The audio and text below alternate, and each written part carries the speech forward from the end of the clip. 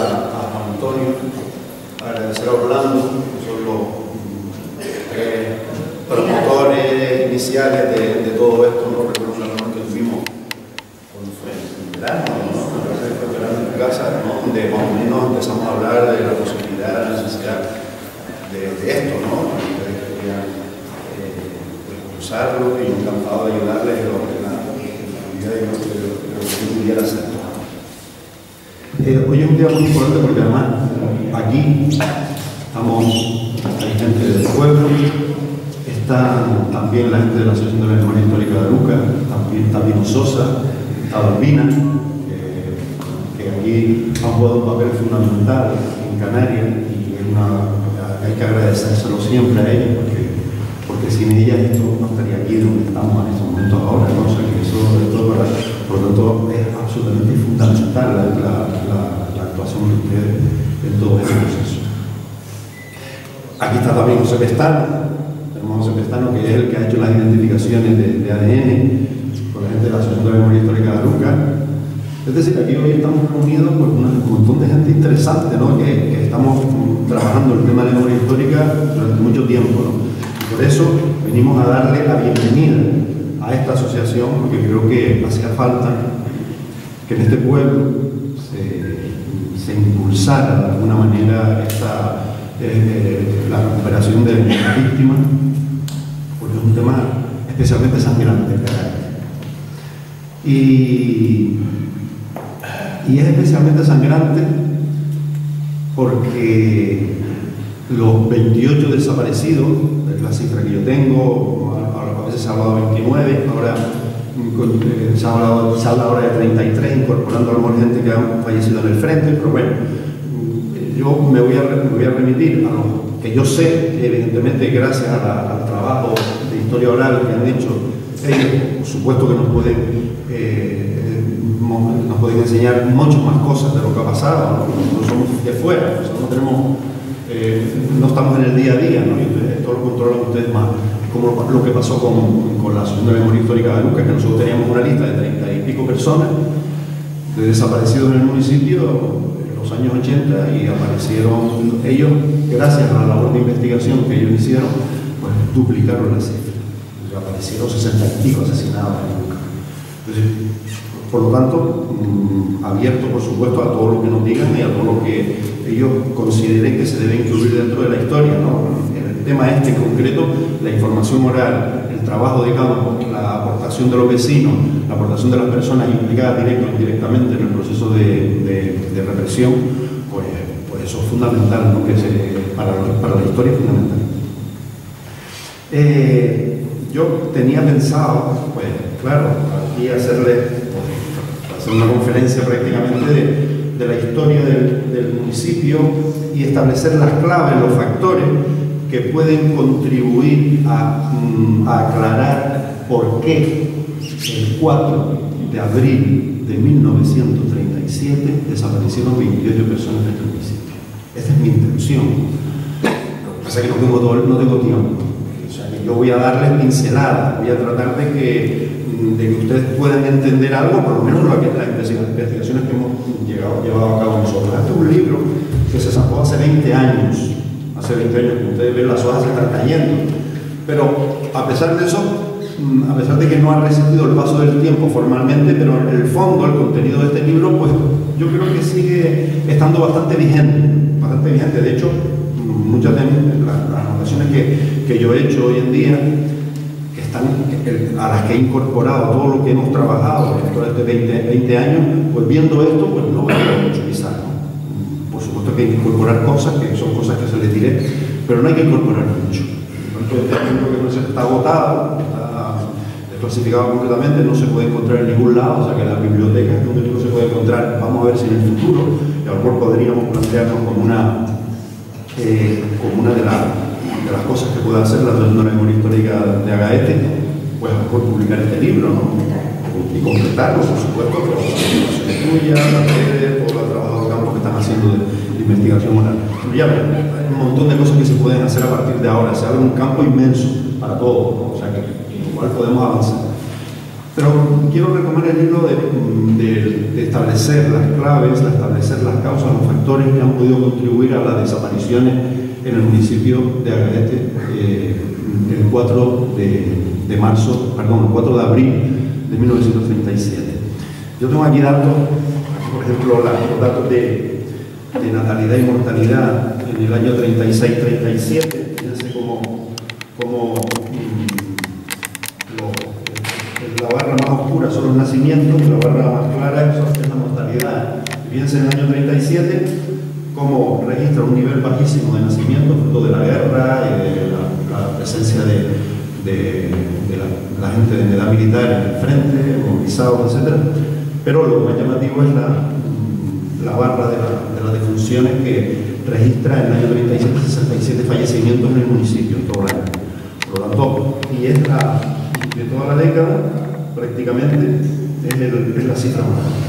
¿Esto que nos indica? Pues aquí están los 28, de alguna manera, los 28 que fallecieron en Agaete, incorporados acá.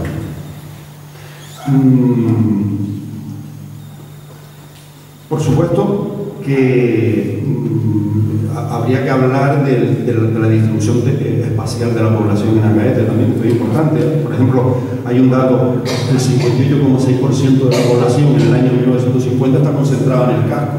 Pero es importante el dato de que el 20%, es decir, estamos hablando de un cuarto de la población del municipio, está concentrada entre San Pedro y la vecindad del frente. Es decir, es un núcleo importante, un núcleo habitado importante. Probablemente hoy en día, o sea, ese dato lo sabrán ustedes más, haya disminuido ese porcentaje. No lo sé bien, pero por lo menos tenemos que, en torno a la época de las desapariciones, que el casco, la vecindad del frente y San Pedro ocupan más del 20% de la población del municipio. Es un dato interesante, porque las actividades económicas se concentran mucho también en esta parte del municipio. Globalmente en el municipio, pues evidentemente el sector primario es el que predomina, agrupa el 78,5% de la actividad económica, la actividad primaria. Estoy hablando de agricultura y pesca, fundamentalmente. Agricultura de exportación, a base de tomate, pero también una agricultura para un mercado interno y una agricultura para un de autoabastecimiento, incluso para la supervivencia de los propios campesinos. Pero no hay que descartar tampoco el 15% de población que se dedica a la pesca. Importante también. De todas formas, aquí ya hay unas claves. Exacto. Yo como Alexis ha participado en este libro, también se lo conoce, ya nos vamos coordinando y eso que no hemos hablado entre nosotros. Importante decir que el empaquetado no se hacía en este municipio, el empaquetado de los productos de exportación se hacía afuera, y eso puede explicar también una parte de la conflictividad que existe. También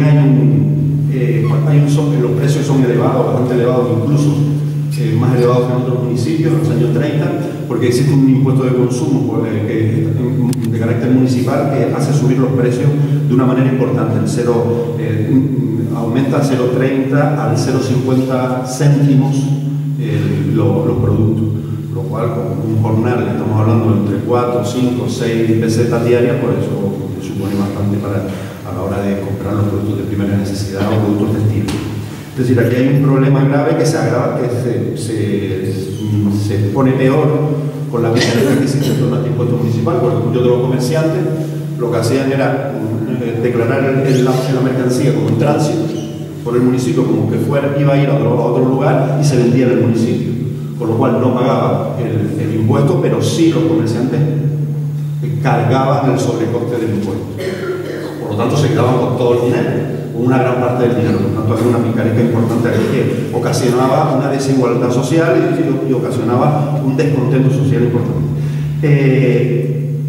El 90% de la riqueza del municipio de los años 30 está en manos de un reducido número de propietarios. El 90% de la riqueza. Y el 80% de las propiedades públicas están en manos de terratenientes absentistas. Estoy hablando de Salvador Manrique de Lara, Francisco Manrique de Lara, Nicolás Manrique de Lara, María Manrique de Lara y Maciú, Luis León de León y Castillo, Cristóbal Bravo de Laguna, Antonio del Castillo Olivares, Cito del Castillo y Manrique de Lara. Pasa también esto un poco las versiones. Bueno, queda de nuevo. Y claro, este 80% de la propiedad agraria que existe en el municipio hay una desigualdad brutal brutal, ¿no? Es decir, hay una apropiación de una gran parte de la tierra por parte de un grupo pequeño de personas. Y en este proceso no es ajeno la apropiación de los bienes comunales. Es decir, en el siglo XIX y parte del siglo XX, pues hay una apropiación, unos bienes que pertenecen a todos, hay un proceso de apropiación privada, de personas que se quedan realmente con la complicidad de los poderes de la restauración, con los poderes políticos, se quedan con las tierras, las inscriben, etc. Y eso, hay un dato importante que es la quema del archivo municipal en 1910. Se quema el archivo precisamente para que no se sepan dónde están los bienes comunales y para favorecer el proceso de apropiación privada de la tierra. Eso es un dato que es tremendo. Por lo tanto, estamos hablando de un municipio donde predomina especialmente la desigualdad social, hay una desigualdad social manifiesta. Ahora podríamos compararlo con otros municipios, pero probablemente dentro de los municipios de Gran Canaria probablemente sea el municipio donde mayor desigualdad social existe, que existía por lo menos en los años 30. Seguir, bueno, quédate. Después, la actividad política y sindical, las elecciones del 31 de abril, del 12 de abril del 31, que son elecciones municipales, nos dan una radiografía de la política de este municipio. ¿Y qué nos dicen esos datos? Porque estamos hablando de los caciques, es decir, el voto lo controlan las estructuras caciquiles. En el año 31. Por eso vencen los candidatos monárquicos en esas elecciones municipales. Un candidato monárquico que después se convierte en miembro del Partido Radical, Republicano Radical, porque es el que de alguna manera va a representar al neocaciquismo que a lo largo durante la época de la República. Rafael Guerra del Río, ministro de Obras Públicas, es el gran cacique que quiere relevar a la figura de Fernando León y Castillo, que es el antiguo gran cacique. Pero junto con este hecho, la presencia del caciquismo en el municipio, sí hay que resaltar que en el año 31 nacen esperanzas, nacen expectativas. ¿Por qué? Porque hay un gobierno republicano socialista en Madrid. Y este gobierno republicano socialista, cual hay un ministro que se llama Francisco Largo Caballero, que está hablando de trabajo mixto, de necesidad de negociación laboral, de necesidad de repartir los costos de la crisis, de repartir riqueza de alguna manera, dentro de los cauces reformistas, pero se plantea claramente desde el gobierno republicano socialista. Y en Canarias, en concreto en Agaete, esas expectativas se manifiestan, se eclosionan en la creación de un sindicato que se llama el Sindicato de Oficios Varios de Agaete, que es la SOBA, que es el sindicato que va a agrupar a todas las profesiones que hay los trabajadores que existen en este municipio. Una SOBA, un sindicato de oficios varios que se constituye en 1932, que se adhiere a la Federación Obrera,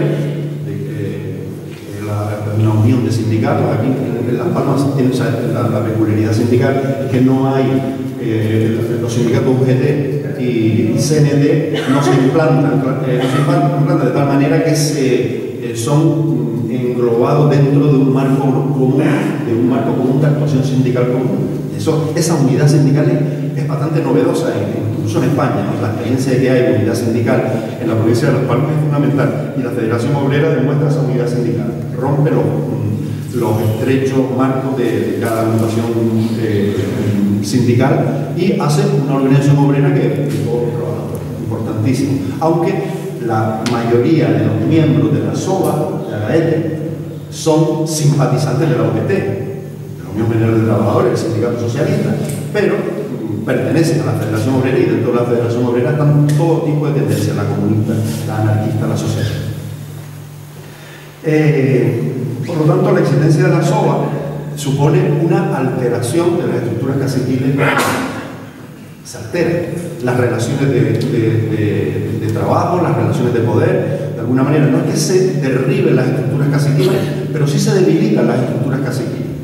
¿Por qué? Porque la SOBA es la que va a negociar con el gobierno y va a obtener del gobierno determinadas cuestiones que van a ser importantes y que le van a dar poder. Por ejemplo, el controlar la lista de los que van a trabajar en la finca de los grandes propietarios. Es decir, que hay una pelea entre los grandes propietarios y el sindicato. El sindicato quiere elaborar ellos la lista y repartir el trabajo en función de una serie de baremos que establece el sindicato.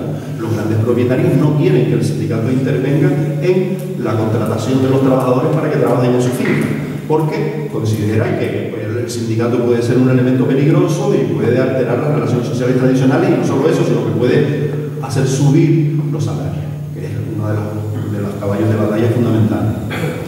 Los propietarios de tierra quieren hacer bajar los salarios y el sindicato quiere hacer subir los salarios porque son salarios de miseria.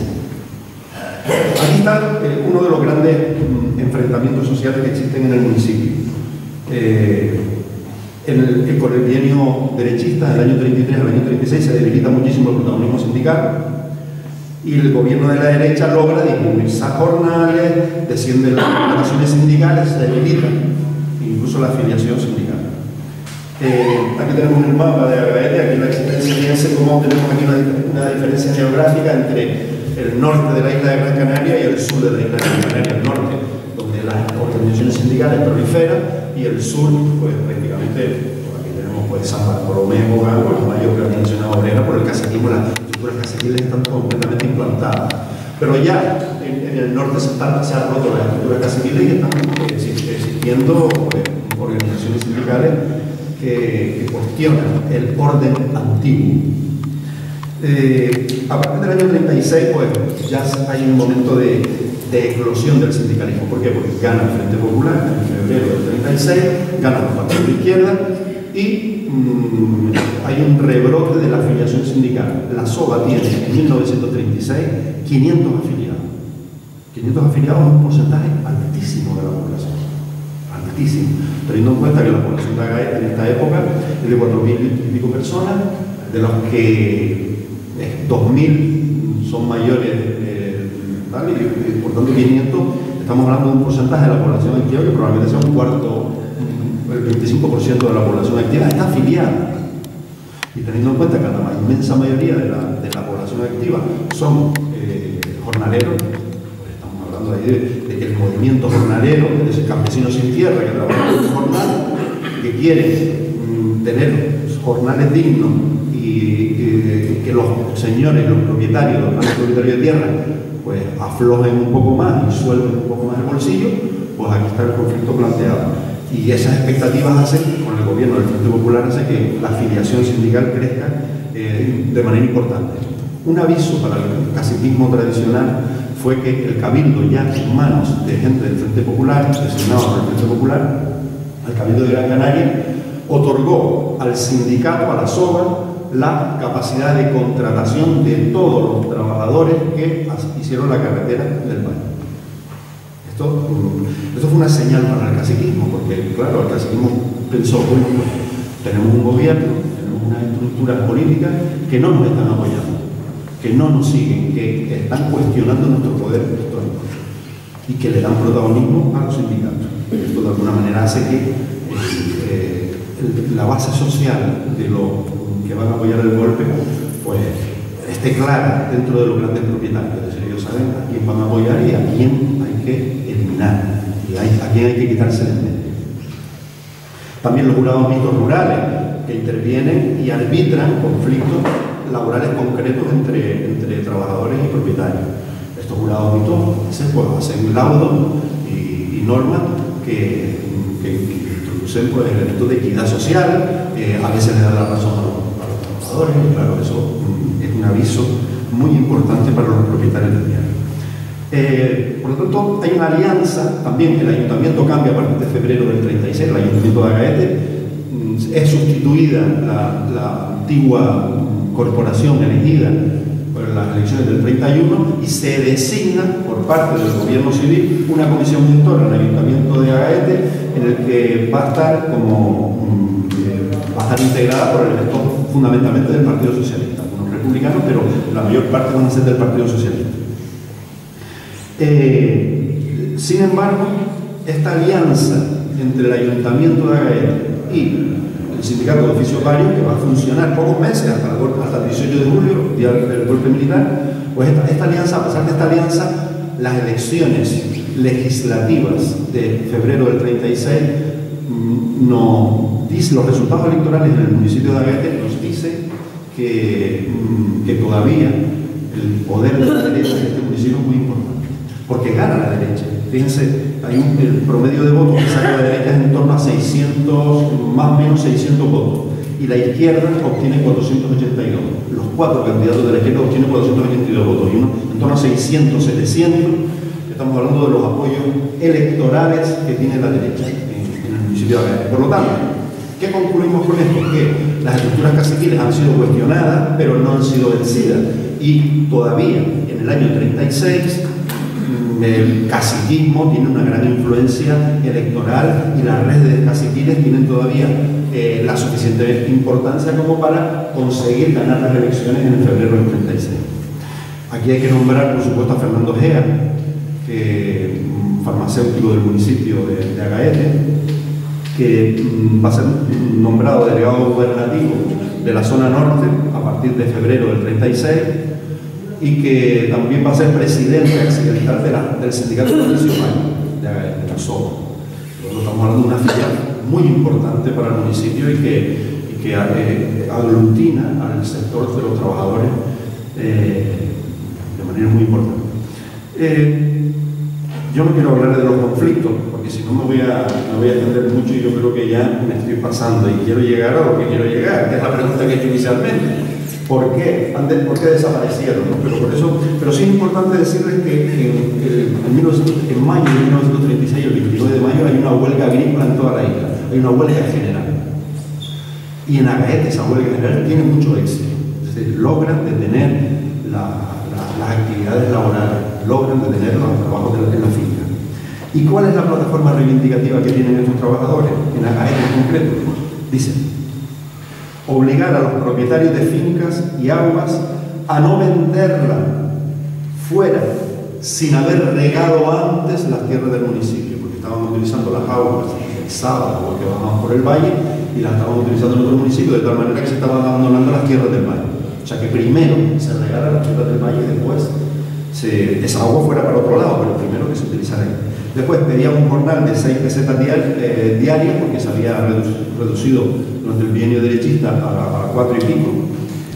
También, otra de las reivindicaciones, fíjense que curioso, que Sisto del Castillo haga obras necesarias en su finca, porque por lo visto, además, Sisto del Castillo era una persona que boicoteó especialmente las actividades del SOA, hasta tal punto que los trabajadores que enviaba el SOA a este gran propietario no los ponía a trabajar, los ponía en la carretera a esperar ahí, casi como una provocación al sindicato. Le pagaba, pero ahí se quedaba sin trabajar. Eso es una protesta del sindicato contra este propietario en concreto. La plataforma reivindicativa también habla de la abolición del esquirolaje, de los esquiroles, es decir, las personas que están designadas aparte del sindicato, etcétera, etcétera. Aquí tenemos un conflicto que quizás cataliza y sintetiza la situación conflictiva que existe en el municipio poco antes del golpe militar. Finalmente llegamos al golpe militar. ¿Cuánto nos queda? 3 minutos nomás. Es imposible. Bueno, quedamos para otro día y lo cuento todo, pero voy a sintetizar mucho. La resistencia, el golpe militar triunfa en Canarias, pero hay focos de resistencia, y uno de los focos de resistencia importantes es el norte de la isla: Arucas, Guía, Galdar y Agaete.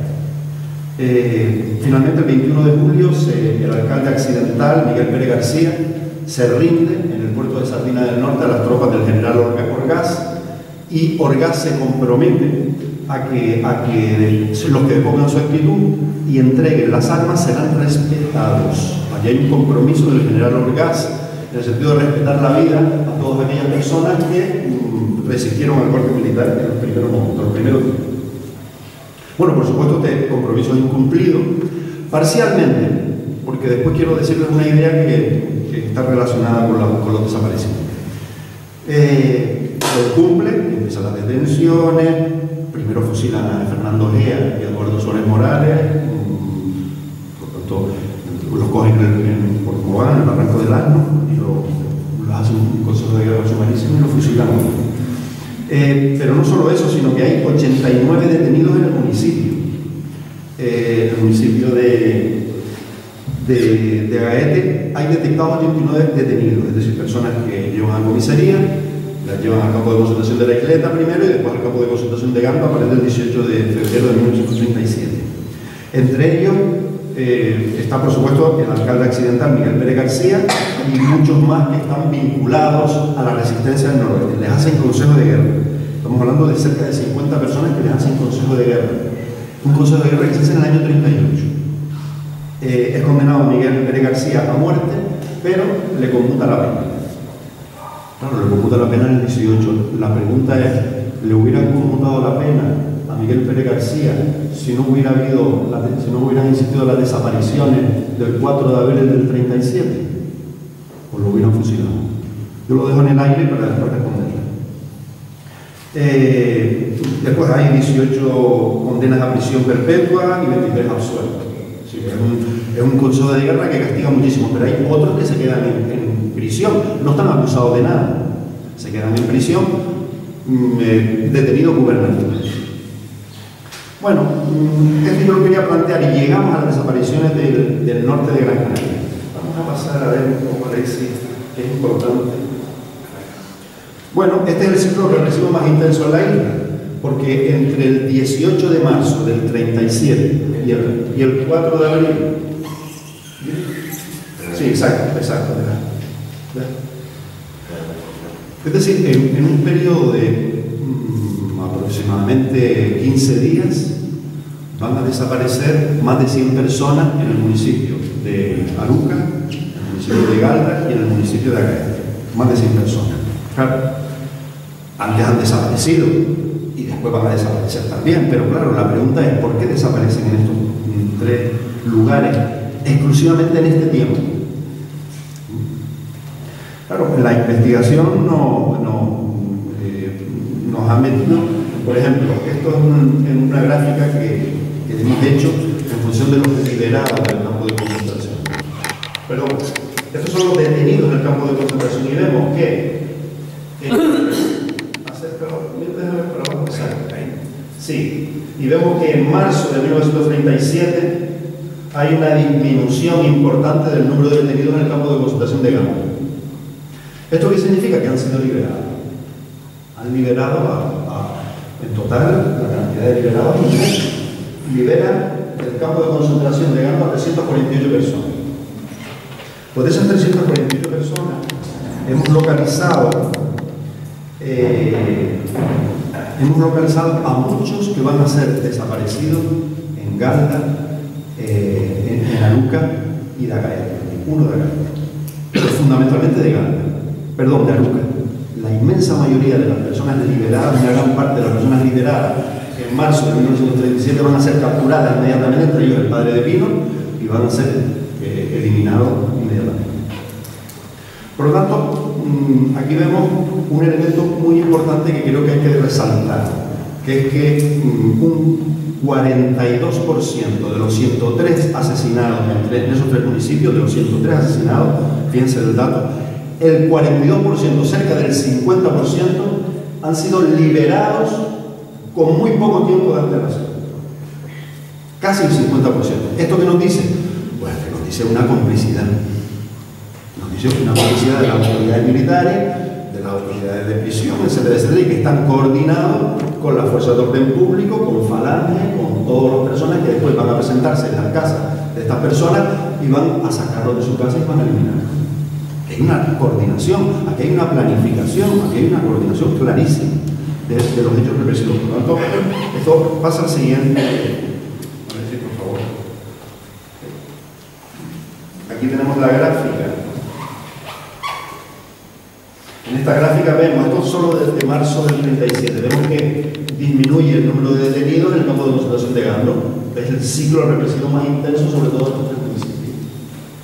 Y después ya se recupera los detenidos porque empiezan a detener más gente y ya se recupera por los niveles anteriores. Pero esa muesca, ese hueco, claro, que ahí hay una intencionalidad, no hay otra explicación. Hay uno de Agaete, que es José García, el único de Agaete que es liberado del campo de concentración y es capturado días después, es José García, liberado el 4 de marzo del 37 y un mes después, el 4 de abril, lo van a buscar a su casa y se lo cargan. Pero es el único que ha salido del campo de concentración. Por tanto, de los 28 desaparecidos, de Agaete, solo uno es liberado. ¿Esto qué nos dice? Pues bueno, nos dice que estos desaparecidos son personas que no son conocidas prácticamente en cuanto a su actividad política, porque no los capturan, no los detienen, no tienen nada contra ellos, no han participado en la resistencia, por eso están detenidos en el campo de concentración esperando a juicio, que se lo van a hacer en el año 38. No los han detenido gubernativamente, por lo tanto no se les ha detectado ninguna actividad especial. Por ejemplo, detenían gubernativamente a todos los que estaban en las listas de compromisarios o en las listas de interventores en las elecciones. O esas listas del Frente Popular, nosotros los cogían a todos y los metían en la cárcel. Tampoco están. Por lo tanto, ¿qué concluimos? Que los desaparecidos tienen muy poca actividad política, prácticamente ninguna. Pero la pregunta, ¿tenían alguna? Pues sí. Eran miembros del sindicato de oficios varios de Agaete. Todos eran miembros del sindicato. Entonces, por lo tanto, aquí tenemos un hecho. Este es el hecho. Vamos hablando, mira, aquí tenemos el nombre del alcalde. Estamos hablando de Valentín Arma, que hace un bando el 15 de marzo de 1937. Estamos hablando de 20 días antes de las desapariciones en Agaete, donde llama a la delación, a que se denuncien a determinadas personas que por algún motivo han hecho alguna cuestión. Claro, estamos hablando del 15 de marzo del 37, el 15 de marzo del 37 ya están prácticamente en la cárcel todos. Es decir, ¿a quiénes están buscando? Están buscando a otros, a más. Quieren más. ¿Y por qué quieren más?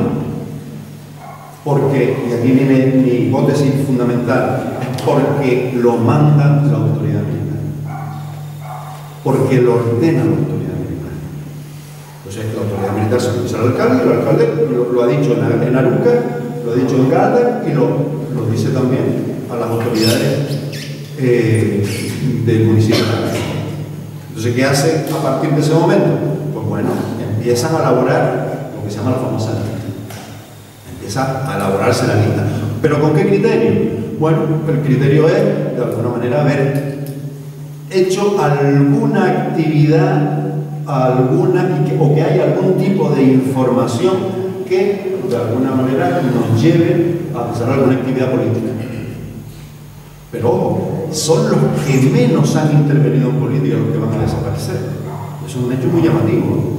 O sea, por lo tanto, lo ordenan las autoridades militares. ¿Pero por qué lo ordenan las autoridades militares? ¿Cuál es el motivo? Pues miren, vamos a ver, no lo sabemos exactamente, no tenemos las razones claras, no lo sabemos bien, pero probablemente las causas estén. Por un lado, las autoridades militares consideran que no se ha castigado lo suficiente la resistencia en los primeros momentos del golpe.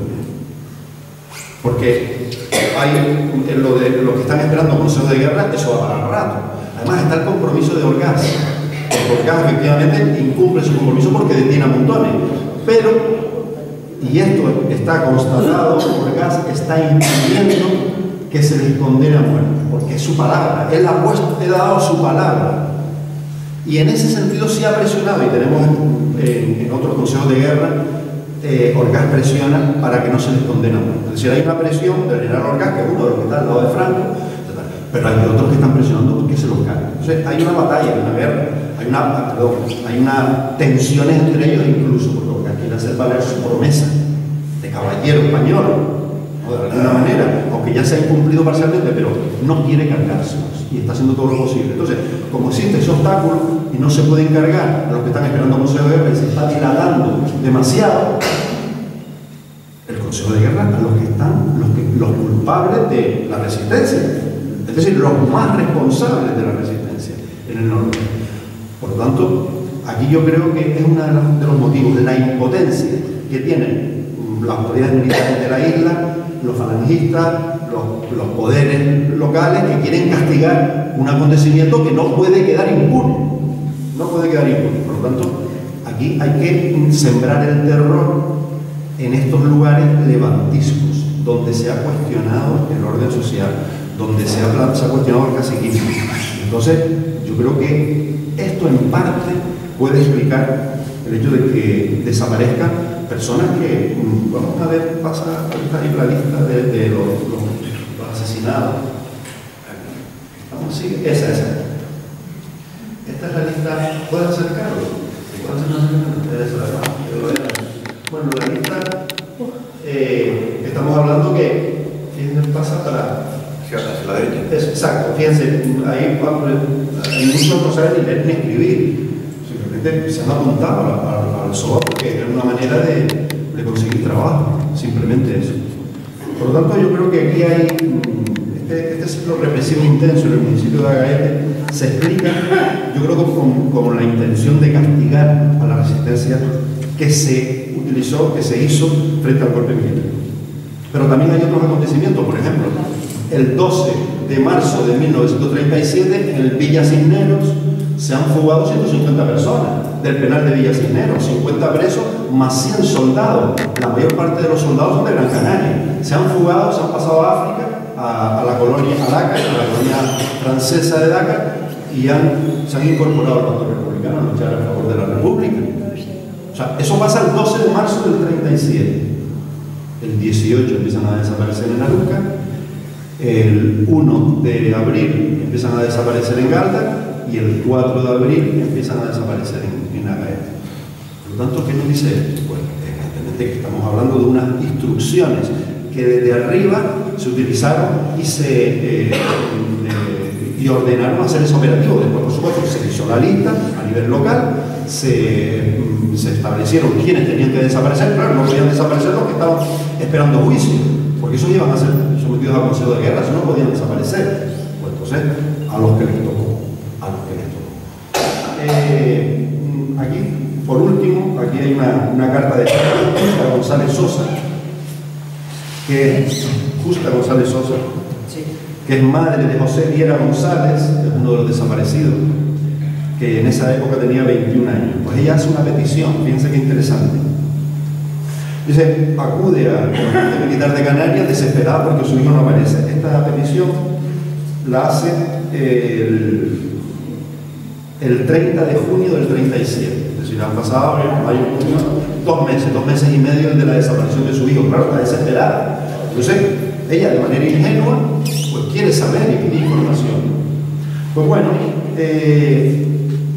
dice, en efecto, el día dice, expone al comandante militar, el 4 de 8 meses y hora aproximada a las 12 de la noche, en el momento en que mi hijo se hallaba descansando, se presentaron en nuestra casa cita en el Valle de Agaete, entre otros los siguientes individuos, con vecinos nuestros: Sinforiano Jiménez, Tío Perdomo, Pedro, conocido por el hijo del Guerrero, Santiago, hijo de Antonia Jiménez, y Juan Meriano. Todos estos individuos iban vistiendo el uniforme de falange, aunque desconoce la que suscribe si pertenece o no a tal milicia.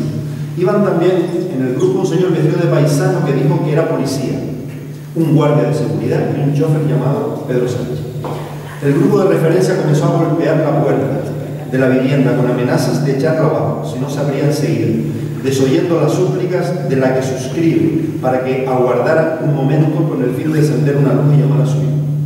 Franqueada la puerta ante los reiterados golpes y las continuas voces que daban, entraron en mi casa capitaneados por el chofer Pedro Sánchez y por la fuerza sacaron de la misma a mi hijo José Viera González y entre empujones y golpes se lo llevaron, dejándome en el estado de ánimo que vuestra excelencia puede suponer. Al día siguiente, o sea, el 5 de abril, me trasladé a Las Palmas con el fin de averiguar su paradero y después de trabajo sin cuento me enteré de que estaba detenido en la comisaría de vigilancia. Allí encaminé mis pasos. Estamos hablando de la comisaría de vigilancia. Mira, a ver, pon la foto de la yo lo tenía, ¿no? Bueno, dice, allá encaminé mis pasos y logré verlo. Lo vio el 5 de marzo, el 5 de abril del 37, lo vio, por lo tanto estaba en nuestro. O sea que no lo hicieron desaparecer en el camino de aquella, sino lo llevaron a la comisaría.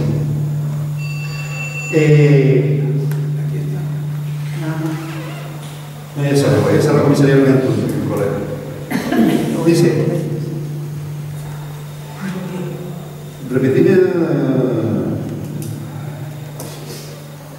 dice, allá encaminé mis pasos y logré verlo por un instante. Repetí mi visita al día siguiente por la mañana con el fin de llevarle ropa y algunos alimentos, manifestándoseme entonces por los funcionarios de la misma, esto es el 6 de abril, que en la noche anterior y hora de las 10:30 había sido trasladado a la penitenciaría de Gama. El día 7 del mismo mes fui a dicho lugar con el fin de ver si era cierto lo que se me había dicho en la comisaría. Resultando, según me dijeron, que allí no había llegado mi referido hijo. Inmediatamente volví a la comisaría y entonces, como ya no se me podía seguir engañando en el mismo sentido, se me manifestó que había sido puesto en libertad.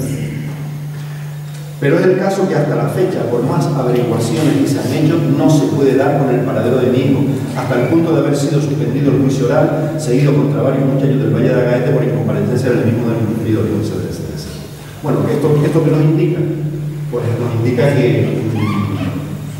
que estaban vivos cuando llegaron a Las Palmas y que a partir de ahí los llevaron a algún sitio y los mataron. Evidentemente la historia oral nos conduce a la Sena Guinama, pero claro, ¿por qué la Sena Guinama? Pues no lo sabemos bien. De todas formas, por la experiencia que ha tenido la Asociación de Memoria Histórica de Lucas, hay que hacer mucho caso a la memoria histórica, a las voces, a los testimonios. Y yo creo que esto nos conduce que efectivamente pueden estar en la Sena Guinama, hay bastante probabilidad, o también hay posibilidades que en alguno de los pozos que se estén excavando, que ahora se está abriendo el Tetenoya, ahora aparezca alguno de Agaete. Eso no podemos descartarlo, hay que cruzarlo con la prueba de ADN y ya veremos un poco qué es lo que pasa. Pero parece que la inmensa mayoría de todos los asesinados del municipio de Agaete están en la Sena Guinama. Y yo creo que esta es la tarea que tenemos por delante, en el futuro. Ahí el Cabildo pues, está abriendo en un momento el curso de Tenoya y creo que la próxima excavación, creo que ya se tercia pues hacer la famosa excavación de la Sena Guinama. Es difícil, es un juego volcánico sinuoso, 80 metros de profundidad, sinuoso, complicado, pero hoy en día con los medios técnicos yo creo que se puede. De hecho, ya hay opiniones en el sentido de que se puede hacer. Es un poco costoso, ¿verdad? Estamos en mal momento. El Partido Popular, pues hay contradicciones en el Partido Popular, de tal manera que por un lado Bravo de Laguna, porque evidentemente el presidente del Cabildo pues, se ha presentado de manera sorprendente y favorablemente por parte de nosotros, ¿no? Que lo hemos visto y se ha presentado en la excavación para la apertura. Pues estupendo. Hay otro, como el alcalde de Agaete, que todavía se resiste, está en el bando de los talibanes. Vamos a ver, vamos a caminar con tranquilidad, vamos a ir avanzando poco a poco, convenciendo a la gente del municipio que esto es una cuestión de todo, no solo es de una cuestión de la víctima directa, sino esto es una cuestión de todo, incluso de las familias de los víctimas, incluso de ellos, porque es una forma de quitarse la espina de una vez y salir adelante y que realmente las heridas cicatricen en el país.